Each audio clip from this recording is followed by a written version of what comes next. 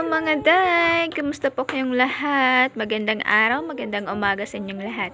At ito po, kung makikita nyo, ito ay umagang umaga at ako po ay naglalakad papuntang babuyan namin kasi may kukunin ako doon. Well, mangunguha lang naman ako ng gulay kasi walang ulam.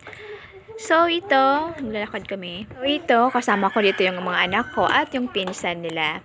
So ayan, kung makikita nyo ay nasa kalsada kami at ito yung anak kong tabadyo. So ayan. At ako'y parang ang payat-payat. Ow! Ang payat-payat. Eh! Ang payat-payat mo na. Eh! Di ka natataba. Eh! So ayan nga, pagdating ko dito ay agad akong pumunta dito sa mga pananim ng biyanan ko. Ito po ay may pananim siya dito. Itway, talbos ng kamote, kangkong. At ito po, kung makikita nyo, dito po, nung mga nakaraang vlog ko, may video ako dito na may mga pananim si tate dito na na iba't ibang klase ng gulay. At saka, hindi pa siya ganong madamo. Gaya ngayon na madamo na kasi hindi na naasikaso ng aking biyanan. Kasi nga, busy na siya sa papakain ng mga baboy at saka ng mga manok. Ang hirap din yun mag-isa lang siyang nagpapakain nun. Tsaka ang maraming baboy, tsaka maraming mga manok. Eh matanda na siya, kaya hindi na niya kaya magtrabaho pa ng iba. Nakakapagod din yun pag marami kang ginagawa sa umaga.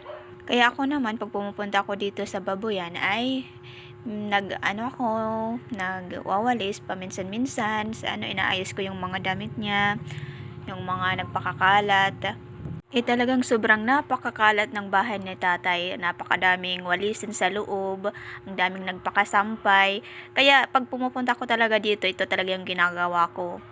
Lalo na pag Sabado at Linggo, nagpupunta kami dito kami kumakain pag tanghali. Tapos, yun yung asawa ko, yun din yung nakakatulong siya kay tatay pag Sabado at Linggo. Kasi pag Lunes hanggang Friday, hindi siya nakakatulong kasi nga, ay namamasada na siya.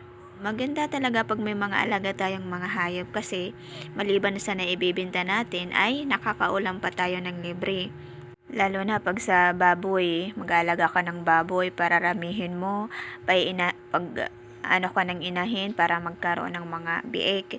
So, yun, makakabenta kapag maraming anak. Tapos pag may mga okasyon tulad ng fiesta, New Year, Pasko, kaya birthday, o 'di ba, makakapag-katay ka kasi may mga alaga ka. Hindi nagagasto ng malaki, 'di ba? So, yun, tiyagaan lang talaga kahit nakakapagod ang pag-aalaga, worth it naman pag naibibenta na natin o kaya ay naiuulam natin. So, yun nga, balik ulit tayo dito sa pagbibideo ko. So, ito yung alaga naming baboy na native. So, bagong panganak siya at 4 lang yung anak niya.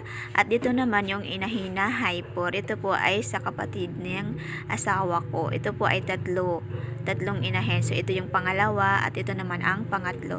Sila pong tatlo ay buntis na. So, ito po yung isa doon ay yung anak nila ay ito na lang yung natira. Yung iba ay binenta na. At ito naman yung native na alaga namin. So, yun yung dalawa pang natira. So, yun lang po. Kung umabot ka dito sa video ko, ay salamat sa panonood. Bye!